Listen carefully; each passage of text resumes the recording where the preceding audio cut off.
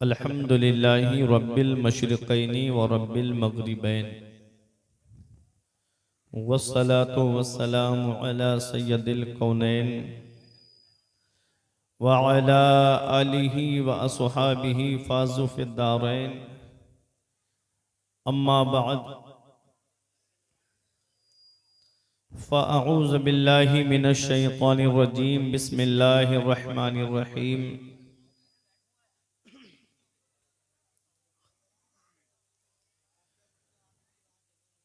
व अम्मा मा यनफ़उन नास फ़यमकुसु फ़िल अर्द। व क़ाल अल्लाहु तबारक व तआला फ़ी मक़ामिन आख़र अल अख़िल्लाउ यौमइज़िन बअदुहुम लिबअदिन अदुव्व इल्लल मुत्तक़ीन।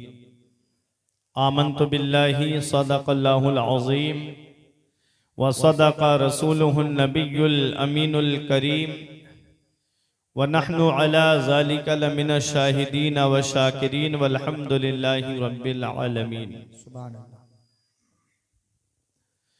आइए हज़रात, हम और आप मिलकर सबसे पहले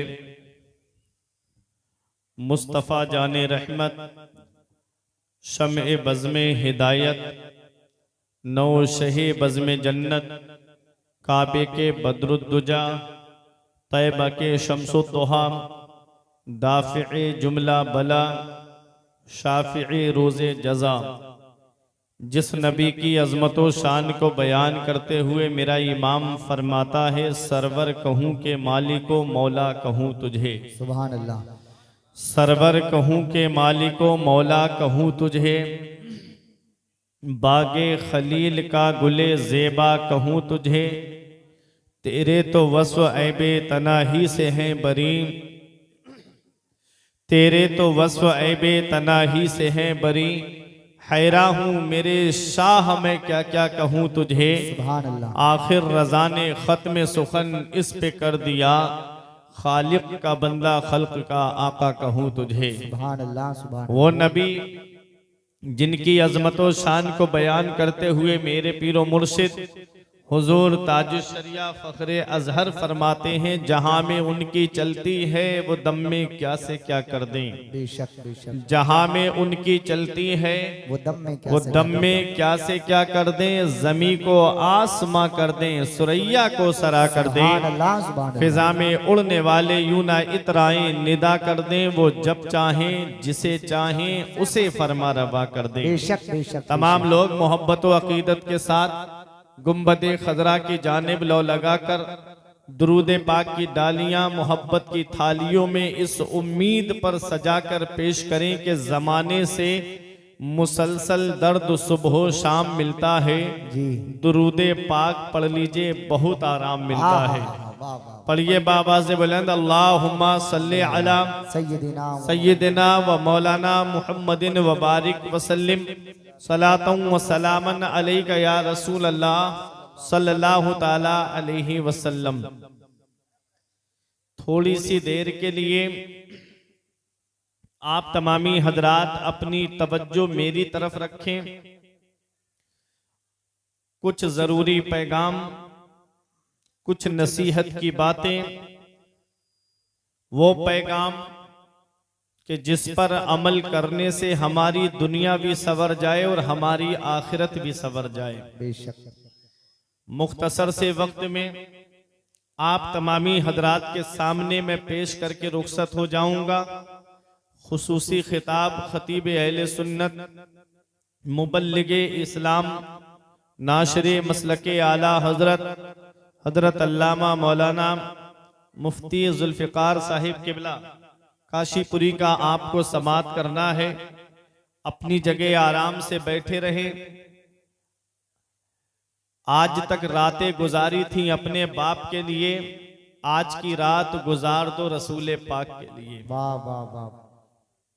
हुजूर गौसे आजम की मोहब्बत में ये प्रोग्राम ललवारा की सरजमीन पे रहने वालों ने सजाया है। और सबसे बेहतर बात यह है कि आज के इस प्रोग्राम की बागडोर उलमाए किराम के हाथ में है। इसलिए प्रोग्राम बड़े सलीके के साथ चल रहा है और आप अपनी जगह आराम से बैठे रहें। बहुत अच्छी तकरीर आपको हजरत की समाअत करने को मिलेगी। मेरे बाद मैं गौसे आजम की सीरत के कुछ गोशे आपके सामने पेश करूं। कौन गौसे आजम? मेरा इमाम फरमाता है, शुक्र के जोश में जो है वो तुझे क्या जाने। ऐ गौसे आजम, शुक्र के जोश में जो है वो तुझे क्या जाने। खिज्र के होश से पूछे कोई रुतबा तेरा। सुभान अल्लाह, सुभान और अल्लाह। फरमाते हैं, जा तो जाते ही जाएगी कयामत, ये है कि यहां मरने पे ठहरा है नजारा तेरा। सुभान अल्लाह। और फरमाते हैं, धूप महशर की वो जांसोज कयामत है, मगर धूप महशर की वो जांसोज कयामत है, मगर मुतमईन हूं कि मेरे सर पे है साया तेरा। सुभान अल्लाह, सुभान अल्लाह। मुतमईन हूं कि मेरे सर पे है साया तेरा। हो सकता है ये कठिन हो गए हों, आसान वाले अशार में आपको सुना दूं। सर भला क्या कोई जाने के है कैसा तेरा। आहा। सर भला क्या कोई जाने के है कैसा तेरा। औलिया मलते हैं आंखें, वो है तलवा तेरा। वाह वाह वाह। अब आप हजरात ऐसे खामोश बैठ गए जैसे मुर्गी के दरबे के सामने से सांप गुजर जाए तो पूरी रात खामोशी के साथ बैठी रहती है। अरे गौसे आजम का जिक्र सुनने के लिए आप यहाँ पर आए हो। मेरे गौस फरमाते हैं, जब तक मैं नहीं चाहता कोई मेरा नाम नहीं ले सकता। बेशक बेशक। आप आए नहीं हो, बल्कि गौसे आजम की मर्जी इसमें शामिल है कि आप उनके जिक्र पाक को सुनने के लिए यहाँ पर जमा हो जाओ।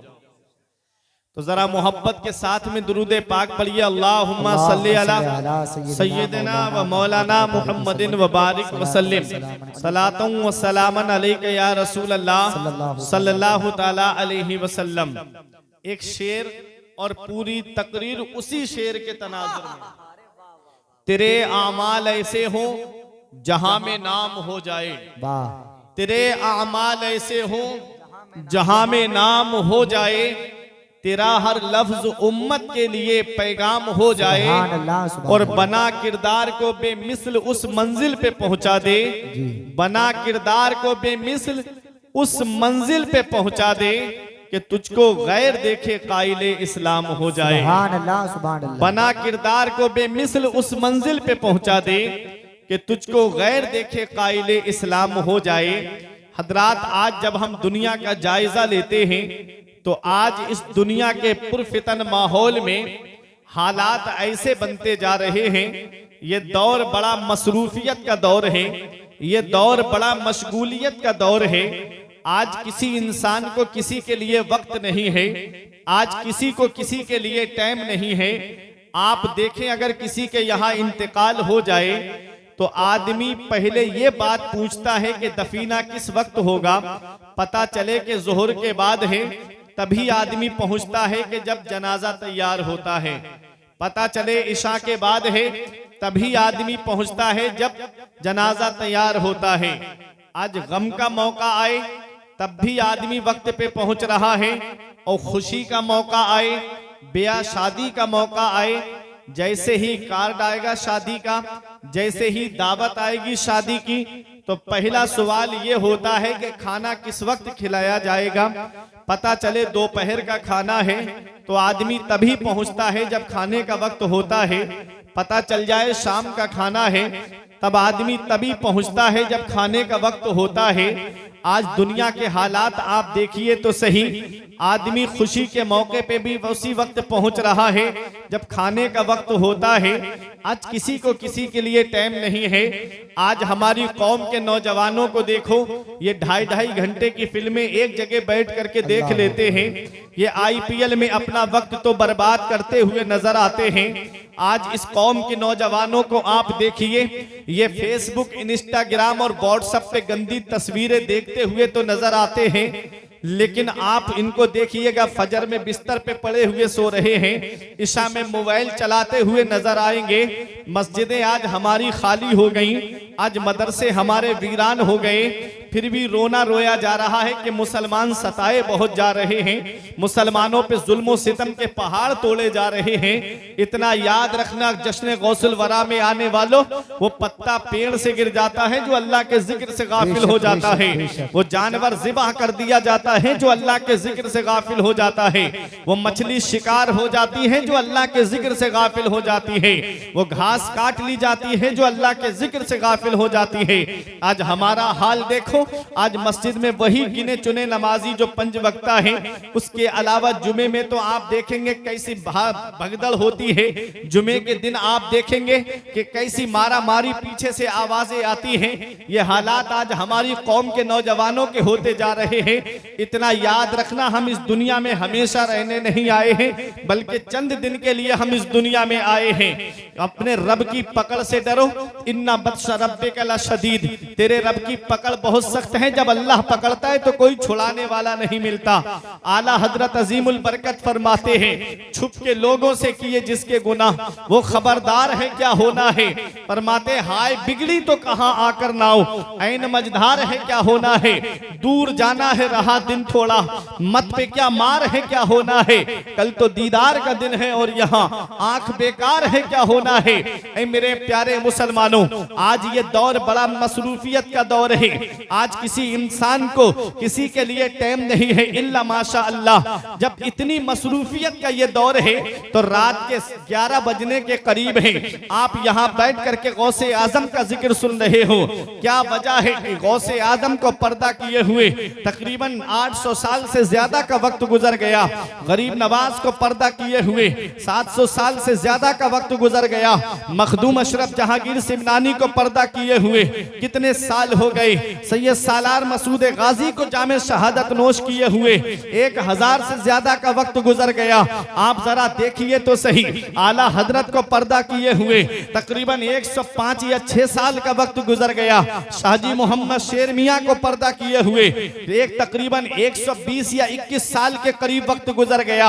आप जरा देखो तो सही, आज अजीज मर जाए तो अजीज भुला देता है, दुनिया पे दोस्त मर जाए तो दोस्त भुला देता है, पड़ोसी मर जाए तो पड़ोसी भुला देता है, रिश्तेदार मर जाए तो रिश्तेदार भुला देता है।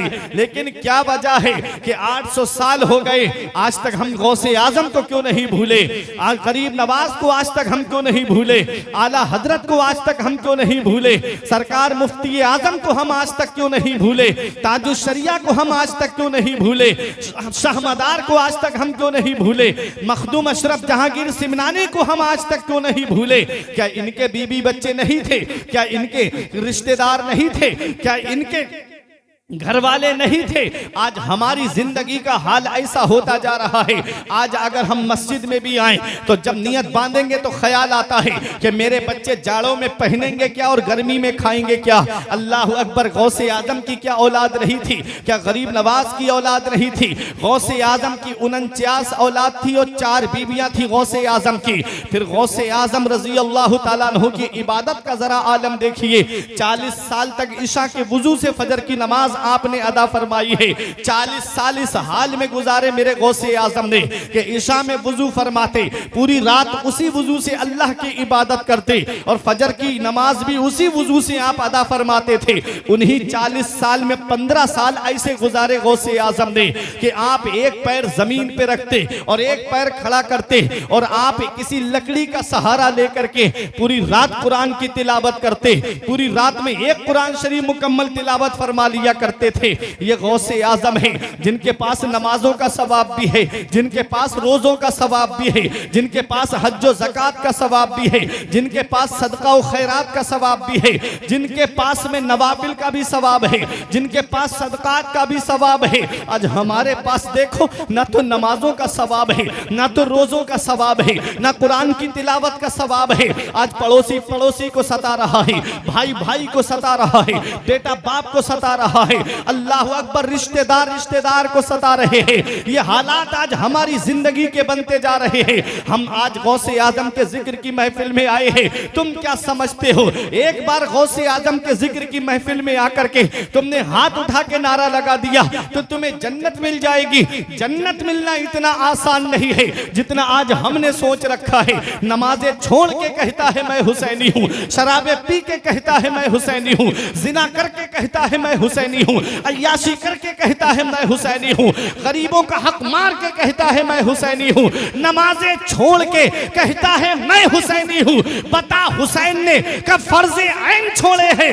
मेरे अजीज, मैं पहुंचा हूँ इस नतीजे पर, नमाज छोड़ दी समझो, हुसैन छोड़े। अल्लाहु अकबर। नारे तकबीर, नारे रिसालत, नारे हैदरी, नारे गौसियत, मसलके आला हजरत जिंदाबाद जिंदाबाद जिंदाबाद। माशाअल्लाह माशाअल्लाह। तो जन्नत मिलना इतना आसान नहीं है जितना आज हमने सोच रखा है।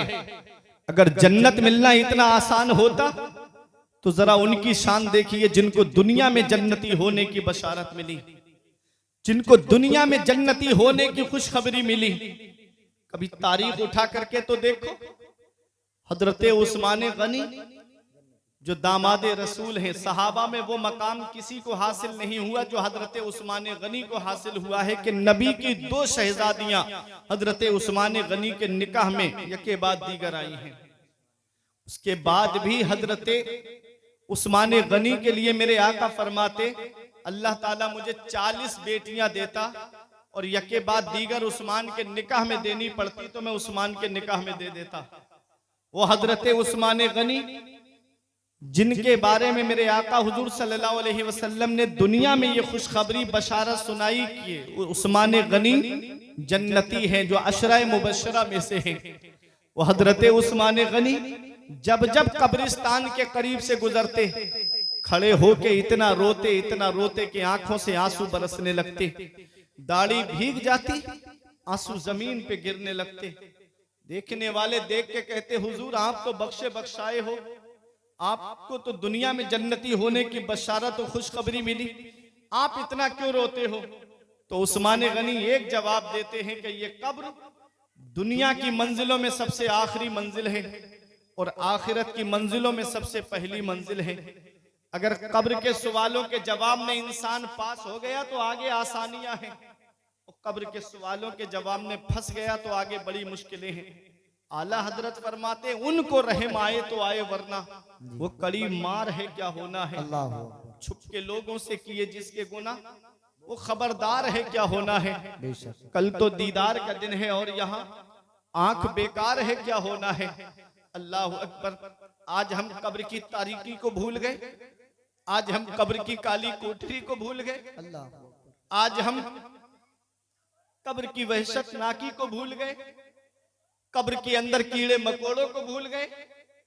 अभी बरसात के मौसम में एक दिन मैं कब्रिस्तान फातिहा पढ़ने गया तो मिट्टी का एक कॉलम बना हुआ था सीमेंट का, उसके ऊपर बारिश की वजह से इतने कीड़े जमा हो गए कि देख करके जिस्म में कपकपी तारी होने लगी, देख करके जिस्म में झुरझुरी पैदा होने लगी। सोचने लगा फुरकान ये सारे कीड़े जमीन के नीचे हैं, क्या हाल होता होगा इंसान के जिस्म का। लेकिन हम भूल गए कि एक दिन मरना है हमको, हम भूल गए कि एक दिन हमें कब्र के अंदर भी जाना है। नौजवानों क्या समझते हो कि इस दुनिया में हमेशा रहना है? आज अपने नामे आमाल को तैयार कर लो। अभी चंद दिन गुजरे हमारे इलाके में, अभी एक हफ्ता भी नहीं हुआ है, ऐसा एक्सीडेंट हुआ कि कार के अंदर 7 लोग बैठे थे। वो अखबार में भी खबर आई थी, शायद आपके सामने भी गुजरी हो। 7 लोग बैठे थे और 7 का इंतकाल हो गया। शादी से वापस आ रहे थे खुश। ये अचानक आने वाली मौतों से नसीहत हासिल नहीं करते, ये अचानक आने वाली मौतों से इबरत हासिल नहीं करते। अभी 3 साल गुजरे कोरोना को गए हुए, क्या हाल हो गया था हिंदुस्तान का। एक एक घर में 3-3 जनाजे मैंने अपनी आंखों से रखे हुए देखे। बरेली शरीफ में एक मोहल्ला ऐसा कि एक दिन में 18 जनाजे उठे। कब्रिस्तान में कब्र खोदने वाला कब्रिस्तान छोड़ के भाग गया। क्या समझते हो, इस दुनिया में हमेशा रहना है?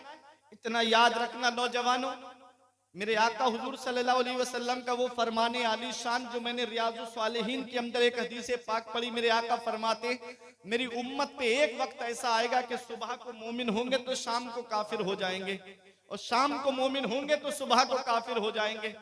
अल्लाह अकबर। ऐसे ऐसे कुफरिया गाने चल रहे हैं, ऐसे ऐसे फिल्मों के अंदर कुफरिया डायलॉग चल रहे हैं कि आदमी अगर उस पर एतकाद रख ले तो उसका ईमान चला जाएगा, वो अपने ईमान से हाथ धो बैठेगा।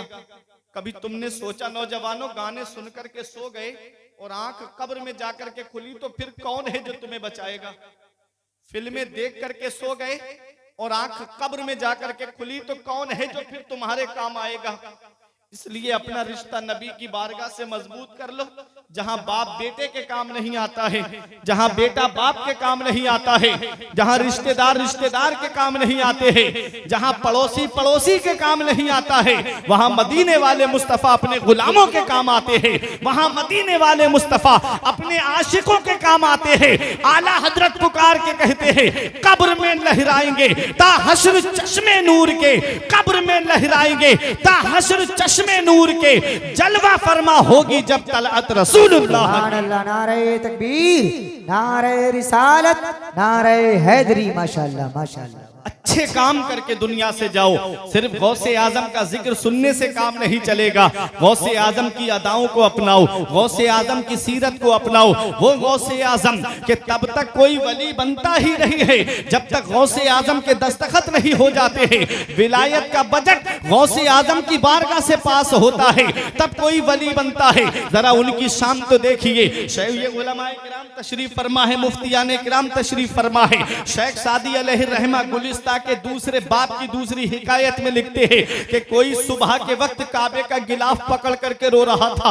रोने की आवाज ऐसी दर्द भरी थी कि जो भी आवाज को सुनता उसकी आंखों में भी आंसू आ जाते।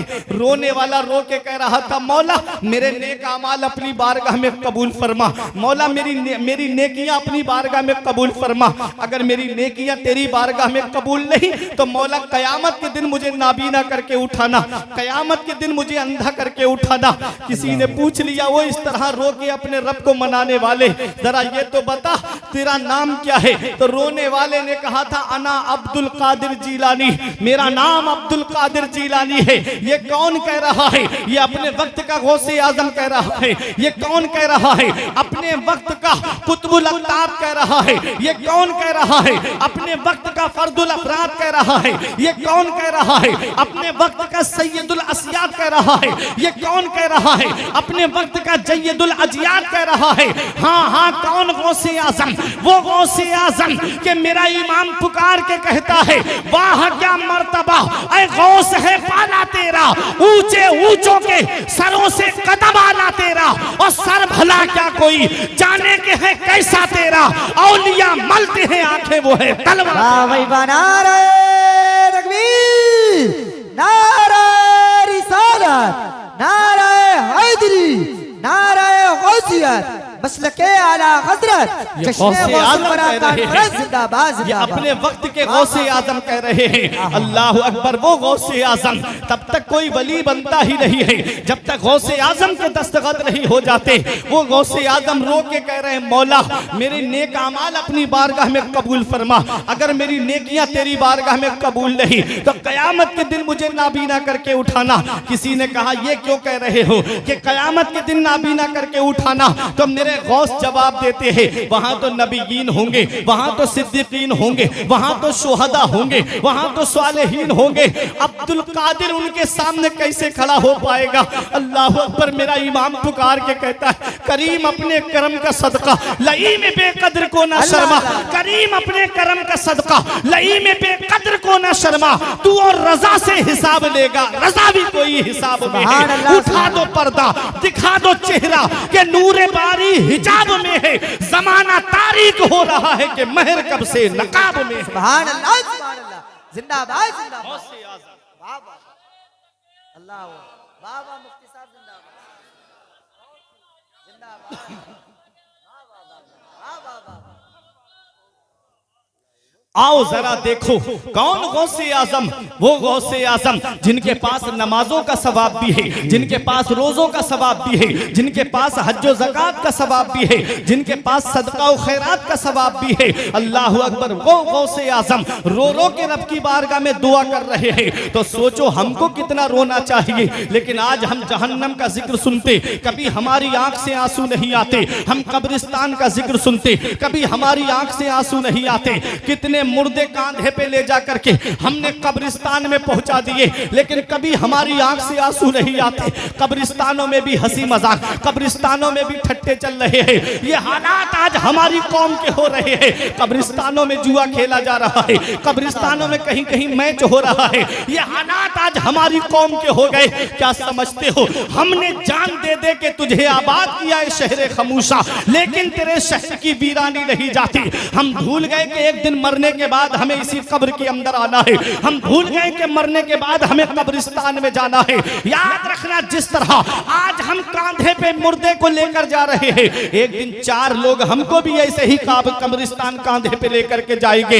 हमारे बुजुर्गों ने फरमाया कि सबसे बड़ा अक्लमंद इंसान वो है जो अपनी नेकी खुद करके जाए, और सबसे बड़ा बेवकूफ इंसान वो है जो अपनी नेकी दूसरों पे डाल करके जाए। ये मेरे बुजुर्ग यहाँ पर बैठे हुए हैं। एक पैगाम लेकर के जाना मेरे बुजुर्गों, अपना नामे आमाल तैयार कर लो, क्योंकि आज जिस औलाद को मोबाइल चलाने से फुर्सत नहीं मिलती, जिस औलाद को आज गाने सुनने से फुर्सत नहीं मिलती, जिस औलाद को आज व्हाट्सएप, फेसबुक, इंस्टाग्राम चलाने से फुर्सत नहीं मिलती, वो क्या तुम्हारी कब्र पे जाकर के कुरान पढ़ेगी? वो क्या तुम्हारी कब्र पे जाकर के ईसाले सवाब करेगी? इसलिए अपना नामे आमाल पहले ही तैयार कर लो कि जब इधर जनाजा उठे उधर इमाम साहब कह दे लहिद में इश्के रुखे शह का दाग लेके चले, लहिद में इश्के रुखे शह का दाग लेके चले, अंधेरी रात सुनी थी चराग लेके वाह भाई वाह, नारे तकबीर, दोनों हाथ उठा करके नारे तकबीर, नारे रिसालत, नारे हैदरी, नारे गौसिया, जिंदाबाद जिंदाबाद जिंदाबाद। इसलिए पहले ही नामे आमाल तैयार कर लो, कुरान की तिलावत करो, अल्लाह की इबादत करो, नबी पे दुरूद शरीफ पढ़ते रहो। चौराहों पे बैठ करके सियासत की बातें मत करना, नबी पे दुरूद शरीफ पढ़ते रहना। कभी इलेक्शन की बातें मत करना, अपने नबी पे दुरूद शरीफ पढ़ते रहना। क्योंकि जब दुनिया से जाओ तो जो इल्मी साहब ने पुकार के कहा था कि पढ़ के तू कुरान को अब जमा कर ले कुछ सवाब, पढ़ के तू कुरान को अब जमा कर ले कुछ सवाब,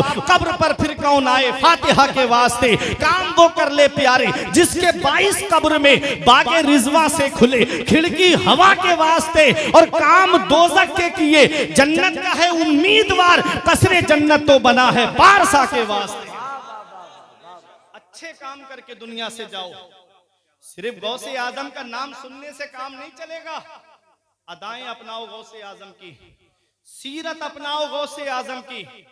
मैं चाहूं तो इतनी करामतें गौसे आजम की आपको सुना दूंगा कि रातें खत्म हो जाएंगी, गौसे आजम की करामतें खत्म नहीं होंगी।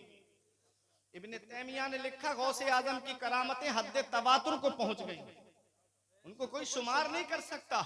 लेकिन करामत की तरफ लेके नहीं जाऊंगा। आज ये गौसे आजम की मैं अलग खुसूसियत बयान करके आपके सामने सुरक्षित हो जाऊंगा।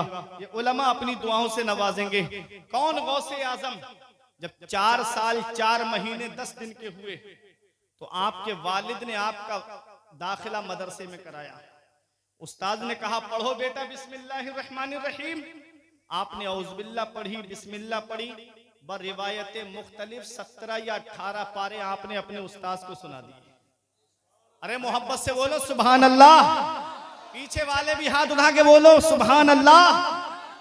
17 या 18 पारे एक ही बैठक में। उस्ताद बोले बेटा पढ़ने आए हो कि मुझे पढ़ाने आए हो?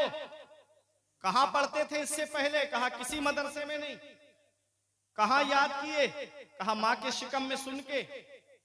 उस्ताद की हैरत की इंतहा ना रही, माँ के शिकम में सुन के याद कर लिए? कहा हाँ। आज हम बच्चों को गोद में लेके गालियां देते हैं, आज हम बच्चों को गोद में लेकर के बेहुदा बातें करते हैं। आज ऐसा दौर तरक्की कर गया कि बच्चों को गोद में लेकर के कोई फिल्में देख रहा है, गाने सुन रहा है, कोई गंदी तस्वीरें देख रहा है।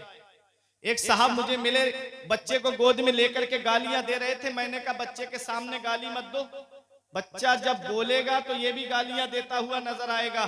बोले मौलाना क्या बात करते हो, ये तो बहुत छोटा है, अभी ये बोल नहीं पाता है, और अभी ये बोल ही नहीं पाता है तो क्या गालियां देगा। मैंने कहा ये सिर्फ तुम्हारी खाम ख्याली है। बच्चे की समाअत तभी से चालू हो जाती है जब वो माँ के शिकम में 120 दिन का हो जाता है, जब 4 महीने का हमल हो जाता है, तब अल्लाह तबारक व तआला फरिश्ते को हुक्म देता है और उसके बदन में रूह डाल दी जाती है। जैसे ही रूह बदन में आती है फौरन उसकी समाअत चालू हो जाती है। आज हम बच्चे को गोद में लेकर के गालियां देते हैं, बच्चों को गोद में लेकर के बेहुदा बातें करते हैं, बच्चों को गोद में लेकर के हम इधर उधर की बातें करते हैं। हम सोचते हैं कि बच्चा क्या समझेगा, ये तुम्हारी खाम ख्याली है। अरे देखो गौसे आजम की शान देखो, जब गौसे आजम माँ के शिकम में है तो अपनी माँ से कुरान की तिलावत को सुन करके आपने 17 या 18 पारे हिफ्ज कर लिए हैं। अब मैं आपको एक मिसाल से समझा दूं। आज तो सोशल मीडिया का दौर है, आज तो हर हाथ में मोबाइल है, आज तो हर घर में मोबाइल है, आज तो हर जेब में मोबाइल है। इस मोबाइल के अंदर एक छोटा सा मेमोरी कार्ड होता है जिसे हम चिप बोलते हैं। उसे जब हम मोबाइल वाले की दुकान पर लेकर जाएंगे तो उस छोटे से मेमोरी कार्ड में अगर गाने अपलोड कराओगे तो गाने सुनने को मिलेंगे, अगर फिल्में अपलोड कराओगे तो फिल्में देखने को मिलेंगी, अगर उसमें कव्वाली अपलोड कराओगे तो कव्वाली सुनने को मिलेंगी, अगर उसमें कुरान की तिलावत अपलोड कराओगे तो कुरान की तिलावत सुनने को मिलेगी, अगर उसमें उलमा की तकरीर अपलोड कराओगे तो तुमको तकरीरें सुनने को मिलेंगी। अब अपने जहन को करीब करो, ये इंसान का बनाया हुआ मेमोरी कार्ड ऐसा है कि इसमें जो अपलोड कराओगे वही तुमको सुनने को मिलेगा, वही तुमको देखने को मिलेगा। तो सुनो मेरे बुजुर्गों, बच्चे का जहन सादा कागज की तरह होता है, बच्चे का जहन खाली बोतल की तरह होता है। उस खाली बोतल में अगर पानी डालोगे तो पानी जाएगा, दूध डालोगे तो दूध जाएगा, और सादा कागज पर अगर कलमा शरीफ लिखोगे तो कलमा शरीफ लिखेगा, और अगर उस पर गाने लिखोगे तो गाने लिखेंगे। इसलिए ऐ मेरी माँ और बहनों, अपने बच्चों को वक्त से पहले जवान करो, लेकिन किसी दुनियादार का किरदार देकर नहीं, बगदाद के गौसे आजम का किरदार देकर जवान करो, अजमेर के गरीब नवाज का किरदार देकर के जवान करो। ये मत देखो मोहल्ले वाले क्या कहेंगे, ये मत देखो खानदान वाले क्या कहेंगे, ये मत देखो तुम्हारे रिश्तेदार क्या कहेंगे।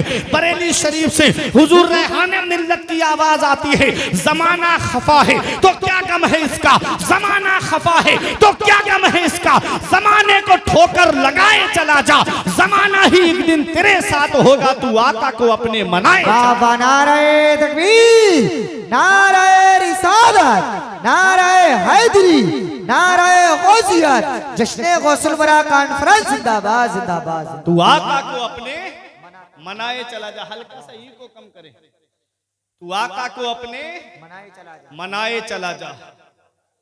तो हमको अपने नबी को राजी करना है, हमको अपने रब को राजी करना है, हमको अपने रसूल को राजी करना है। दुनिया तो वैसे भी सबसे खुश नहीं है, अल्लाह को राजी करो, उसके रसूल को राजी करो। याद रखना, सुने कौन गौसे आजम, 4 साल 4 महीने 10 दिन की उम्र में आपने 17 या 18 पारे अपने उस्ताद को सुनाए। माशाअल्लाह। 18 साल तक कस्बा जीलान के कुर्बो जवार में तालीम हासिल की।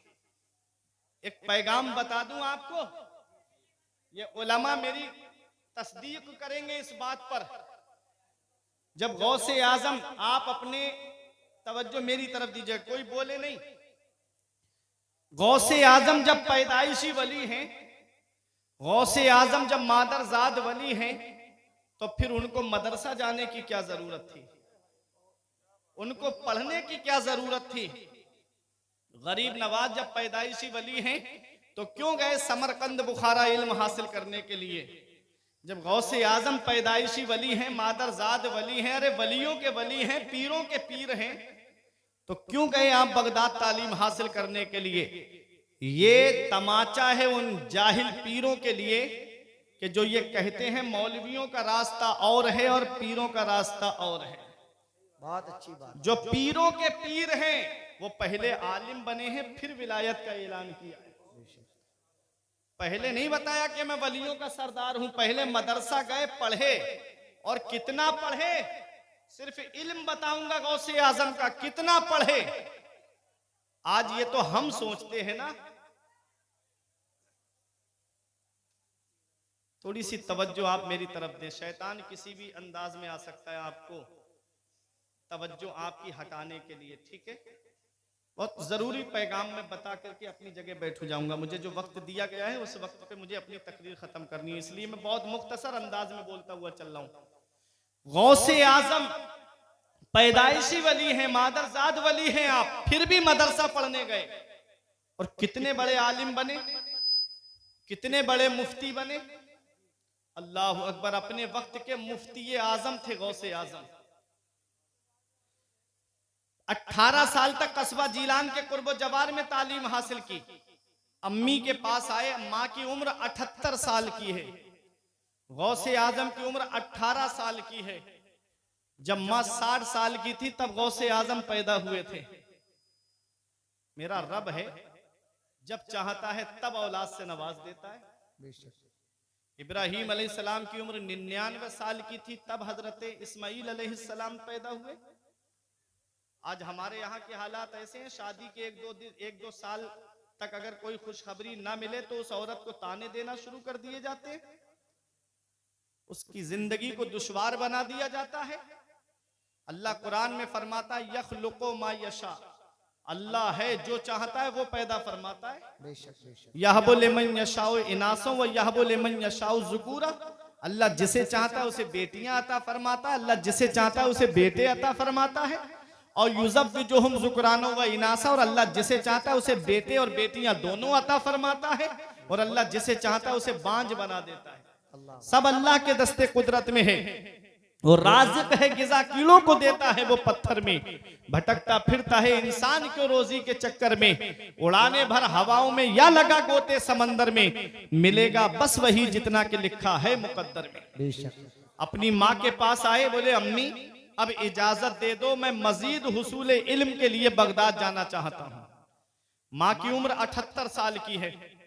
अब सोचो, जब 60 साल से ऊपर माँ बाप की उम्र हो जाए तो उन्हें औलाद की सपोर्ट की कितनी जरूरत होती है, औलाद के सहारे की कितनी जरूरत होती है।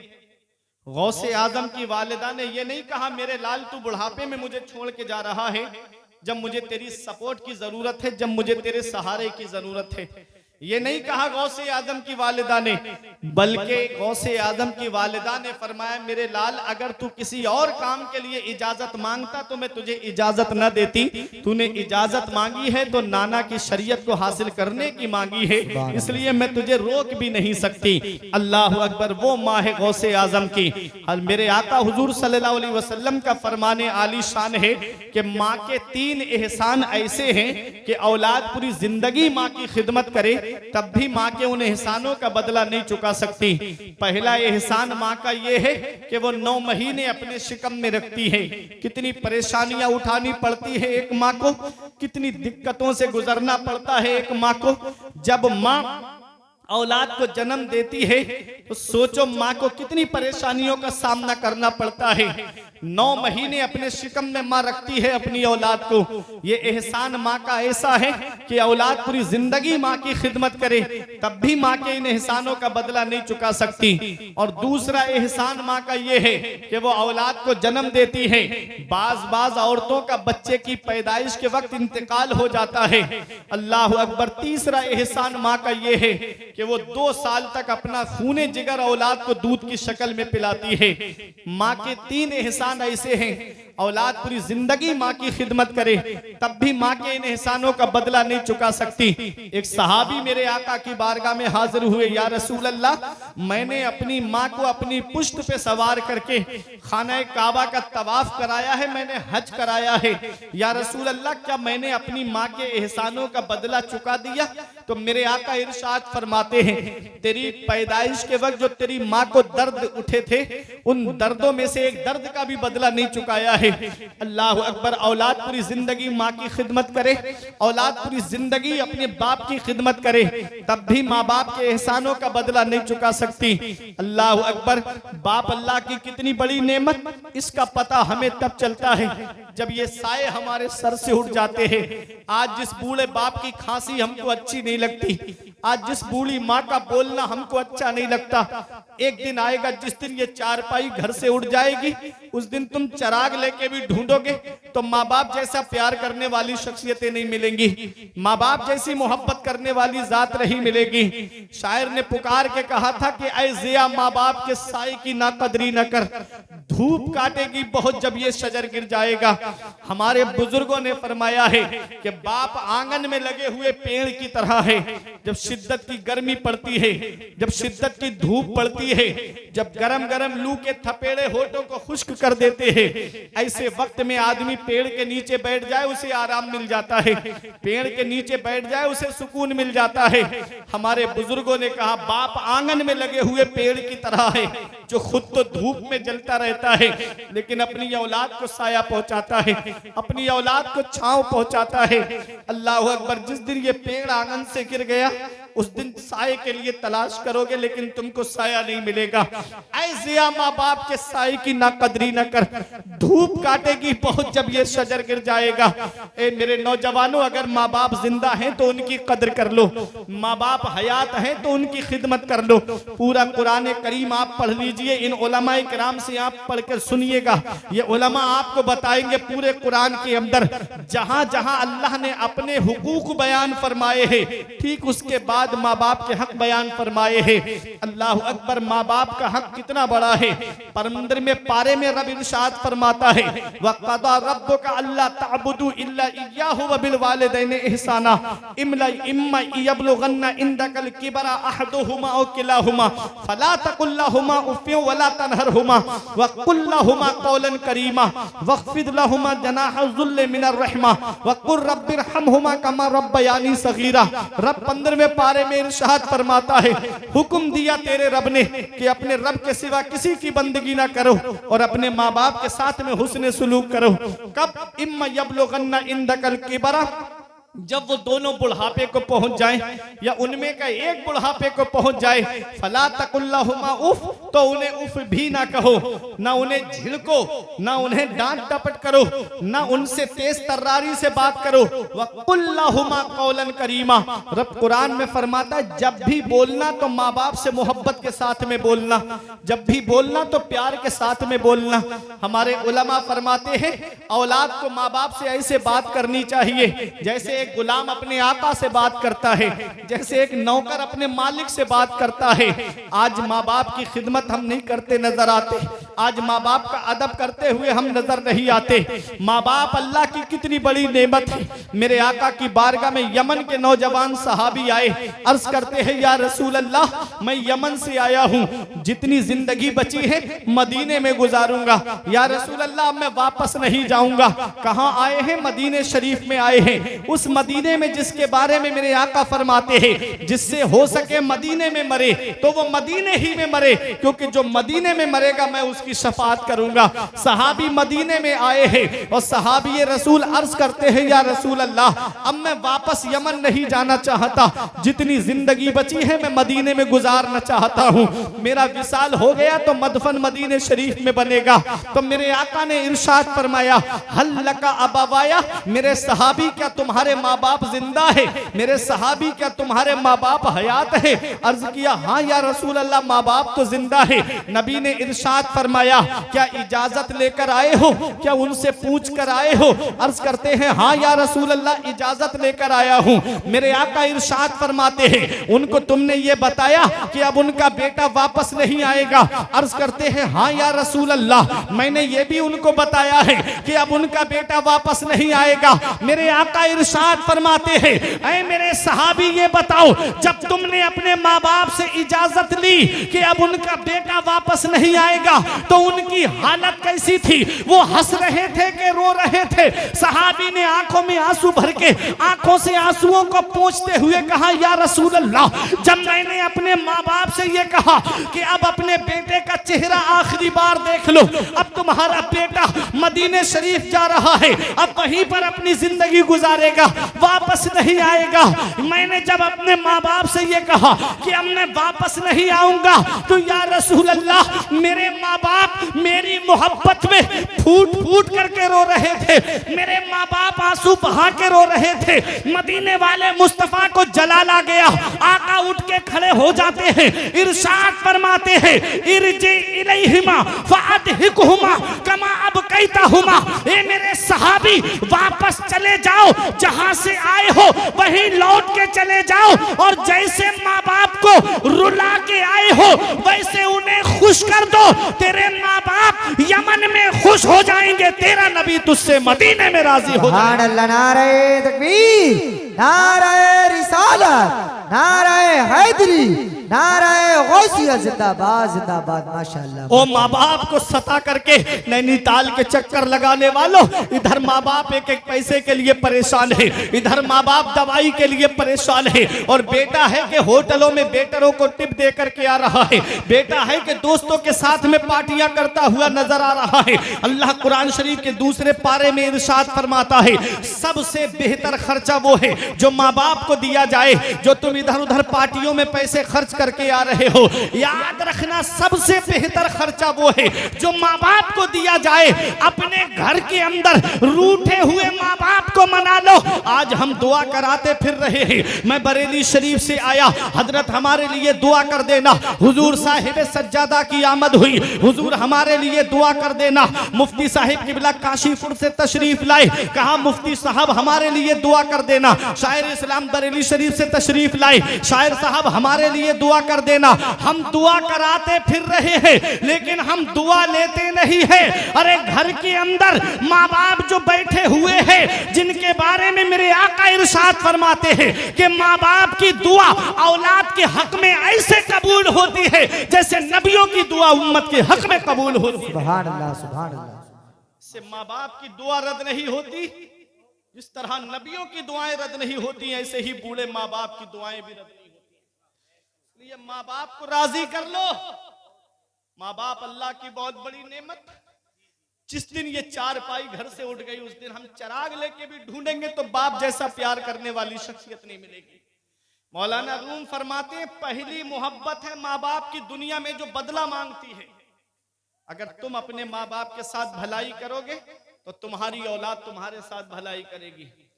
तुमने अपने माँ बाप के साथ भलाई नहीं की तो बुढ़ापे में ये उम्मीद लगा के मत बैठना कि तुम्हारी औलाद तुम्हारा सहारा बन जाएगी। अच्छाई करोगे तो अच्छाई तुम्हारे लिए, इन अहसनतुम लिअनफुसिकुम, अच्छाई करोगे तो अच्छाई तुम्हारे लिए है। व इन असातुम फलहा, और अगर बुरा किया तो बुराई भी तुम्हारे लिए। जैसी करनी वैसी भरनी। अपने माँ बाप के साथ भलाई करोगे तो तुम्हारी औलाद तुम्हारे साथ भलाई करेगी।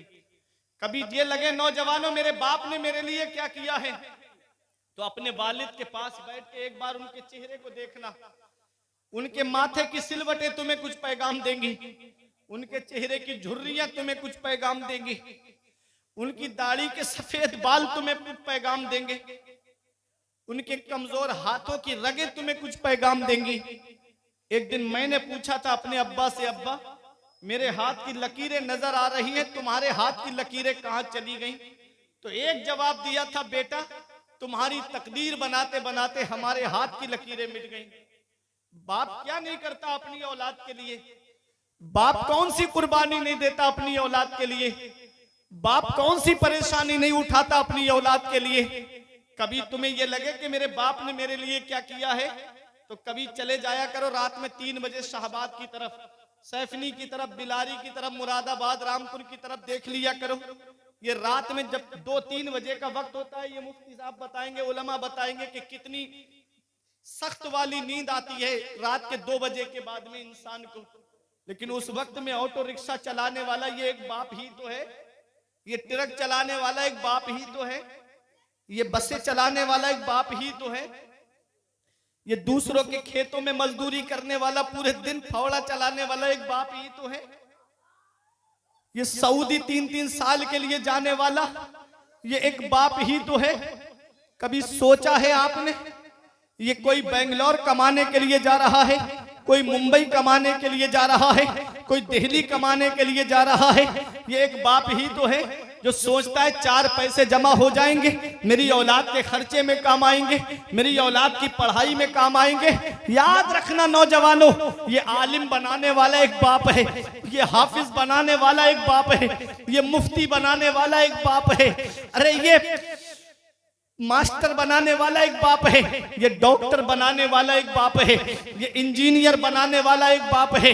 याद रखना प्यारे मुसलमानों, स्कूल की फीसें भरने वाला एक बाप है, कॉलेज की फीसें भरने वाला एक बाप है, यूनिवर्सिटी की फीसें भरने वाला एक बाप है, मदरसे का खर्चा उठाने वाला दौरान तालिबे इल्मी ये एक बाप ही तो है। बाप कितनी परेशानियां उठाता है अपनी औलाद के लिए, बाप कितनी दिक्कतों का सामना करता है अपनी औलाद के लिए, लेकिन औलाद के ऊपर गम का साया आने नहीं देता। सारी परेशानियां बाप खुद उठा लेता है। आज वही बाप बूढ़ा हो गया, आज वही माँ के जिस्म की हड्डियों ने जवाब दे दिया। हमने उनका बिस्तर घर से बाहर कर दिया, हमारे कमरे में एसी चल रहा है, हमारे कमरे में गर्म हीटर का इंतजाम जाड़ों में, और माँ बाप टीनों में रह के जिंदगी गुजार रहे हैं, माँ बाप झोपड़ी में रह करके जिंदगी गुजार रहे हैं। क्या इसी दिन के लिए माँ बाप ने औलाद को जवान किया था? क्या इसी दिन के लिए माँ बाप ने औलाद को पाला था? हम कौन सा मुंह लेके जाएंगे महबूबे दावर के सामने, कौन सा चेहरा लेकर जाएंगे शाफ़े महशर के सामने? कयामत में मेरे आका ने हमसे पूछ लिया कि बुढ़ापे में माँ बाप की दौलत मिली थी, क्या करके आए? तो क्या कहोगे? उनका बिस्तर घर से बाहर करके आए। क्या कहोगे? उन्हें टीनों में रहने पे मजबूर करके आए। क्या कहोगे? उन्हें झोपड़ियों में रहने पे मजबूर करके आए। ईद के दिन हमारे बच्चे शॉपिंग मॉल से कपड़े खरीदे और माँ बाप हमारे बच्चों का चेहरा देखे। बकरा ईद के मौके पे हमारे बच्चे सेवई और गोश्त खाएं और माँ बाप हमारे बच्चों का चेहरा देखे। कभी बचपन में चले जाया करो मेरे नौजवानों, जब बचपन में माँ बाप हमारे लिए कोई खाने पीने की चीज आती तो माँ बाप अपने पेट को नहीं खाते बल्कि वो चीज हमारे लिए उठा करके रख देते। कितनी मोहब्बत करता है बाप अपनी औलाद से। आज एक माँ बाप 5-6 औलाद को पाल लेते हैं और 5-6 औलाद से एक माँ बाप नहीं पलते। बुढ़ापे में उनका बंटवारा शुरू हो जाता है। शायर पुकार के कहता है, धूप कैसी भी हो साया नहीं खोने देता, धूप कैसी भी हो साया नहीं खोने देता, राह कैसी भी हो बेबस नहीं होने देता, बेच के अपना लहू चाहे वो रोटी लाए, बाप औलाद को भूखा नहीं सोने देता।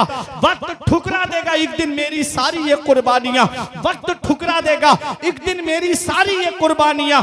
दामने उम्मीद में फकत नाकामियां रह जाएंगी।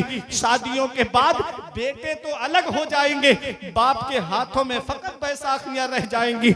और बुढ़ापा क्या जवानी क्या, ये बचपन बांट लेते हैं। बुढ़ापा क्या जवानी क्या, ये बचपन बांट लेते हैं। न होकर दिल में गुंजाइश तो आंगन बांट लेते हैं। नहीं मंजूर हिस्से में किसी बेटे को अपनी माँ, मगर आपस में बूढ़ी माँ के कंगन बांट लेते हैं।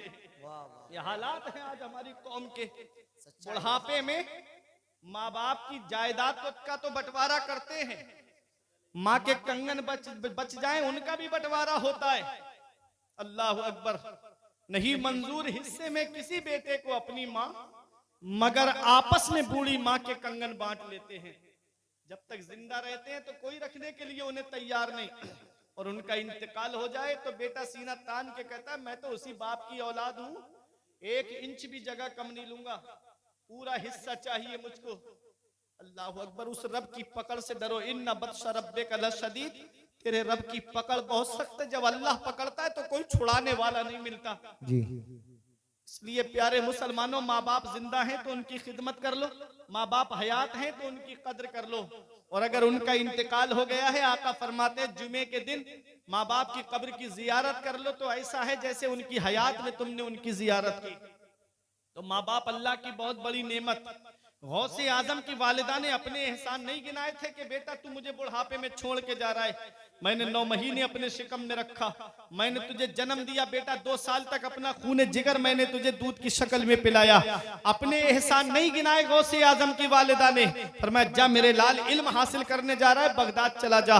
माँ भी जानती है बेटे को नहीं देख पाएगी, बेटा भी जानता है हो सकता है माँ का दीदार न हो सके, फिर भी गौसे आजम मदरसा पढ़ने के लिए गए। और आप मदरसे में कितनी तालीम हासिल की आपने, कितना इल्म हासिल किया आपने। अल्लाह अकबर। दौरान तालिब इल्मी कितनी परेशानियां उठाई मेरे गौस ने। मेरे गौस फरमाते मैं दरख्तों के पत्ते खा करके गुजारा करता था, मैं दरख्तों की छाले खा करके गुजारा करता था। एक पैगाम है मेरे तालिब इल्मों को जो मदारिस में इल्म हासिल कर रहे हैं, अगर मदरसे में एक दिन खाना अच्छा ना मिले तो घर पे शिकायत ना किया करो, मेरे गौस की तारीख देख लिया करो, मेरे गौस की हिस्ट्री को पढ़ लिया करो। गौसे आजम कई कई दिन तक फाके से रहते। मेरे गौस कहते एक दिन भूख ने मुझे इतना बेचैन कर दिया कि मैं कर्ख के खंडरात की तरफ गया, कोई मुबाह चीज मिल जाए उठाकर खा लूं। कहते वहां और 40 फकीर भूख भूख चिल्ला रहे थे। कहते मैं मस्जिद में आया, मैं अल्लाह की इबादत करने लगा। नमाज पढ़ के जैसे ही मैं बैठा तो एक मुसाफिर मेरे सामने खाना खा रहा था। मेरे दिल में ये शौक पैदा हुआ ये मुझे खाने में शरीक कर लेता। कहते हैं उस मुसाफिर ने मुझसे कहा आओ बेटा खाना खा लो। कहते मैं खाना खाने बैठा तो उस मुसाफिर ने मुझसे पूछा बेटा कहाँ पढ़ते हो? और मेरे गौस कहते मैंने कहा मदरसा निजामिया में पढ़ता हूँ। कहा मदरसा निजामिया में कस्बा जीलान के मोहल्ला नीफ के सादात घराने का एक बच्चा पढ़ता है जिसका नाम अब्दुल कादिर है। मेरे गौस फरमाते उससे तुम्हें क्या काम है? कहा कि मैं उन्हीं के मोहल्ले का रहने वाला हूँ। जब मैं आ रहा था बगदाद तो उनकी माँ ने थोड़ा सोना दे के मुझसे कहा था मेरा बेटा बगदाद में इल्म हासिल कर रहा है, मेरा बेटा तालीम हासिल कर रहा है, ये सोना मेरे बेटे को बगदाद में पहुंचा देना। कहते मैं कई दिन से उस बच्चे को ढूंढ रहा हूँ लेकिन वो बच्चा मुझे नहीं मिल पाया। तो मेरे गौस से कहता है बेटा तुम्हारा नाम क्या है? मेरे गौस ने फरमाया जिस अब्दुल कादिर को तुम तलाश कर रहे हो वो अब्दुल कादिर मैं ही तो हूँ। उसने हाथ जोड़ के कहा बेटा माफ कर देना, मेरे पास जितने पैसे थे वो सब खत्म हो गए, मैंने तुम्हारा थोड़ा सोना बेच के ये खाना खरीद लिया है। मेरे लाल ये खाना मैं तुम्हारे ही पैसे से लेकर के आया हूँ। ये मेरे गौस का दिल है कि गौसे आजम का दिल अगर माइल भी होता है तो अपने ही खाने की तरफ माइल होता है। मेरे गौसे आजम ने कितनी परेशानियां उठाई, कई कई दिन के फाके किए। आपने दौरान तालिब इल्मी अल्लाह ने वो मकाम भी आपको अता फरमाया, अल्लाह ने वो शान भी आपको अता फरमाई। इन्ना मअल उसरी युसरा, बेशक हर परेशानी के बाद में आराम है। अल्लाह ने वो मकाम दिया गौसे आजम को, वो शान दी गौसे आजम को कि एक दिन ये कसम खाई तब तक नहीं खाऊंगा जब तक अल्लाह अपने दस्ते कुदरत से नहीं खिलाएगा। आपको चंद दिन के बाद में आपके पीरो मुर्शिद और आपके उस्ताद हजरत अबू सईद मखजूमी एक तबाक में खाना लेकर आए। बोले अब्दुल कादिर ये खाना खा लो। गौसे आजम कहते मैं नहीं खाऊंगा। कानों में आवाज आती है या अब्दुल कादिर जीलानी बेहक्के अलैका कुल व बेहक्के अलैका इशरिब। ऐ अब्दुल कादिर जीलानी तुझे मेरे इज्जत व जलाल की कसम तू खा ले, तुझे मेरे इज्जत व जलाल की कसम तू पी ले। आला हजरत की नजर पड़ी तब बरेली से पुकार के कहते हैं कसमें दे दे के खिलाता है पिलाता है तुझे, कसमें दे दे के खिलाता है पिलाता है तुझे, प्यारा अल्लाह तेरा चाहने वाला तेरा। नारे तकबीर, नारे रिसालत, नारे हैदरी, नारे गौसियत, मसलके आला हजरत, जश्न गौसुल वरा कॉन्फ्रेंस जिंदाबाद जिंदाबाद। माशाअल्लाह माशाअल्लाह। कितना इल्म हासिल किया गौसे आजम ने, कितनी तालीम हासिल की गौसे आजम ने। अब मेरी तकरीर इख्तिताम की तरफ। मेरे गौस खुद फरमाते हैं दरस्तुल इल्म हत्ता सिरतु कुतबा, मैंने इल्म हासिल किया अल्लाह ने मुझे कुतुब बना दिया, मैंने इल्म हासिल किया अल्लाह ने मुझे कुतुब बना दिया। पता चला सरदारी इल्म से मिलती है, बुलंद रुतबा इल्म से मिलता है, बुलंद मकाम इल्म से मिलता है, बुलंद अजमत इल्म से मिलती है, सरदारी इल्म से मिलती है, बुलंद शान इल्म से मिलती है, मकाम सुरैया इल्म से मिलता है। इसलिए अपने बच्चों को इल्म हासिल कराओ। गौसे आजम ने इल्म हासिल किया और कितने बड़े आलिम बने, कितने बड़े मुफ्ती बने। अपने वक्त के मुफ्ती आजम है गौसे आजम। 500 फतावा का जवाब गौसे आजम दिया करते थे और एक दिन में 13 उलूम आप मदरसे में बैठ करके पढ़ाते थे। एक दिन में 13 उलूम पढ़ाते थे। अल्लाह अकबर। एक इल्म में आदमी, एक सब्जेक्ट में आदमी PhD कर लेता है, 3 सब्जेक्ट सब्जेक्ट में बीए कर लेता है, 2 सब्जेक्ट में एमए कर लेता है। अल्लाह अकबर, गौसे आजम की शान देखे। मदरसे में बैठ करके आपने एक दिन में 13 उलूम पढ़ाते थे, और कितने साल पढ़ाया गौसे आजम ने मदरसे में बैठ करके? 40 साल मदरसे में बैठ करके गौसे आजम ने पढ़ाया है। और 40 साल में हर साल आपके मदरसे से 3000 तालिबे इल्म, आलिम, फाजिल, मुफ्ती बन करके निकला करते थे। ऐ ललवारा की सरजमीन पे रहने वालों, गौसे आजम उस जात का नाम है कि जिसने 1,20,000 आलिम इस कौम को अता फरमाए। 1,20,000 आलिम गौसे आजम ने अता फरमाए हैं। जब सुल्तान सलाहुद्दीन अय्यूबी ने बैतुल मुकद्दस को फतह किया, तो उनकी फौज में जो मुजाहिदीन थे अक्सर गौसे आजम के मदरसे के पढ़े हुए आलिम थे, और कुछ हुजूर सैयद कबीर अहमद रिफाई अलैहिर्रहमा के मदरसे के थे, और कुछ इमाम गजाली के मदरसे के थे। सुल्तान सलाहुद्दीन अय्यूबी कौन है? पूरी जिंदगी जंग लड़ते रहे, पूरी जिंदगी तलवार चलाते रहे। मौत बिस्तर पे आई, किसी ने कहा ए सलाहुद्दीन अय्यूबी, पूरी जिंदगी तलवार चलाई, पूरी जिंदगी जंग लड़ते रहे, जिस्म पर आपके तीरों, तलवारों, नेजों के जख्म के निशान मौजूद है, आपको मौत बिस्तर पे आ रही है। तो सुल्तान सलाहुद्दीन अय्यूबी से जब कहा कि आपकी गर्दन किसी तलवार से क्यों नहीं कटी, तो सुल्तान सलाहुद्दीन अय्यूबी कहते हैं दुनिया में कोई ऐसी तलवार बनी ही नहीं है जो सलाहुद्दीन की गर्दन को काट दे। कहा किस बिना पे कहते हो? अब ये उलमा दुआओं से नवाजेंगे।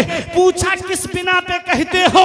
तो कहा जब बचपन में मेरे वालिद नजमुद्दीन अय्यूब मुझे गौसे आजम की बारगाह में लेकर गए, कहा मेरे बच्चे के लिए दुआ कर दो, तो गौसे आजम ने मेरी गर्दन पे हाथ रख के फरमाया ये फातिह इस्लाम है, ये बच्चा मुसलमानों का किबला अव्वल बैतुल मक़दिस को फतह करेगा। कहा मेरी गर्दन पर किसी और का हाथ रखा हुआ नहीं है, बल्कि बगदाद के गौसे आजम का हाथ रखा हुआ है। अरे जिसकी गर्दन पर गौसे आजम हाथ रख दे, उसकी गर्दन को कोई तलवार काट ना पाए। क्या दबे जिस पे हिमायत का हो पंजा तेरा, क्या दबे जिस पे हिमायत का हो पंजा तेरा, शेर को खतरे में लाता नहीं कुत्ता। नारे तकबीर, नारे रिसालत, नारे हैदरी, नारे गौसियत, मसलके आला हज़रा जिंदाबाद जिंदाबाद माशाअल्लाह। ये है गौसे आजम। मेरे गौस फरमाते हैं मुरीदी ला तखफ अल्लाह रब्बी अतानी रिफअतन निलतुल मनाली। ऐ मेरे मुरीद मत डर, ऐ मुझसे मोहब्बत करने वाले खौफ मत खा, अल्लाह मेरा रब है। हमने गौसे आजम की बारगाह में अर्ज किया ऐ मेरे गौसे आजम हम कहाँ ना डरे, हमारे यहाँ का तरीका तो ये है, हमारे यहाँ का उसूल तो ये है। नारे रिसालत, नारे हैदरी, नारे गौसियत। उस्तादुल उलमा मुफ्ती जुल्फ़िकार साहिब किबला, उस्तादुल उलमा मुफ्ती जुल्फ़िकार हुसैन साहिब किबला नईमी, मुफ्ती आजम काशीपुर, उलमाए अहले सुन्नत। नारे तकबीर, नारे रिसालत। बैठे आप। कैमरे हटा लीजिए, कैमरे हटा लीजिए, मुफ्ती साहब का कहना है कैमरे हटा लें आप लोग। बंद कर लें भैया। बैठ जाइए आप हजरात, बैठ जाए, अदब के साथ बैठ जाइए।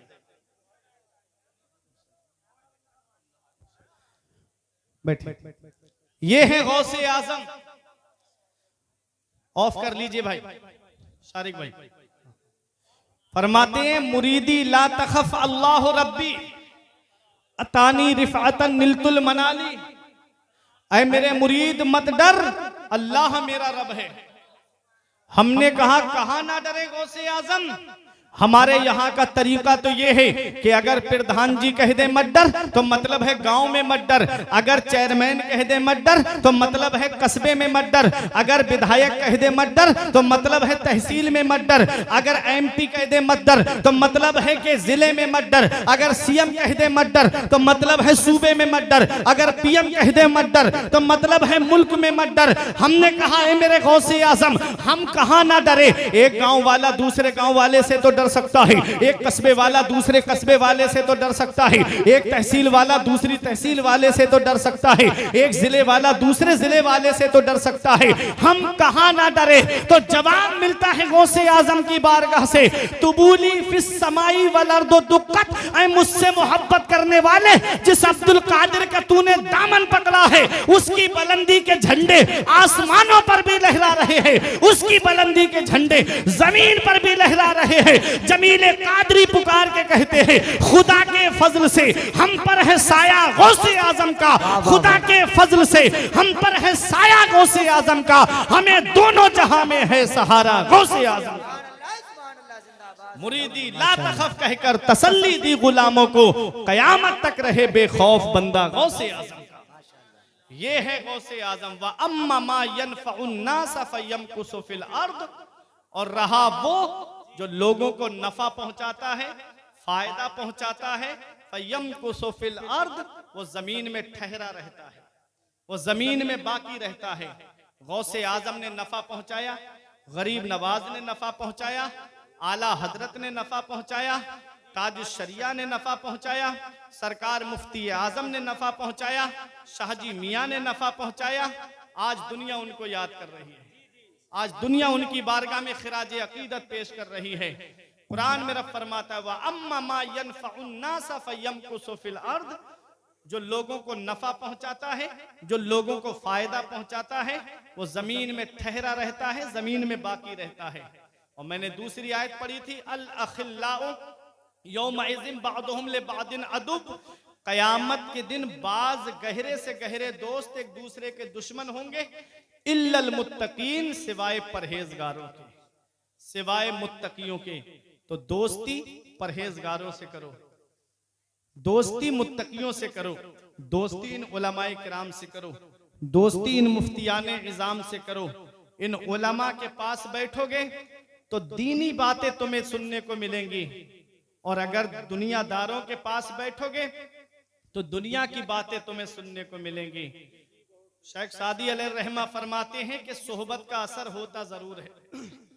मैंने मिट्टी को गुलाब के पौधे के नीचे मिट्टी उठा के सूंघी तो उससे गुलाब की खुशबू आ रही थी। मैंने मिट्टी से पूछा, है मिट्टी तेरे अंदर गुलाब की खुशबू कैसे? तो मिट्टी ने कहा था कि मैं चंद दिन गुलाब की सोहबत में रही, इसलिए मेरे अंदर से भी खुशबू आने लगी।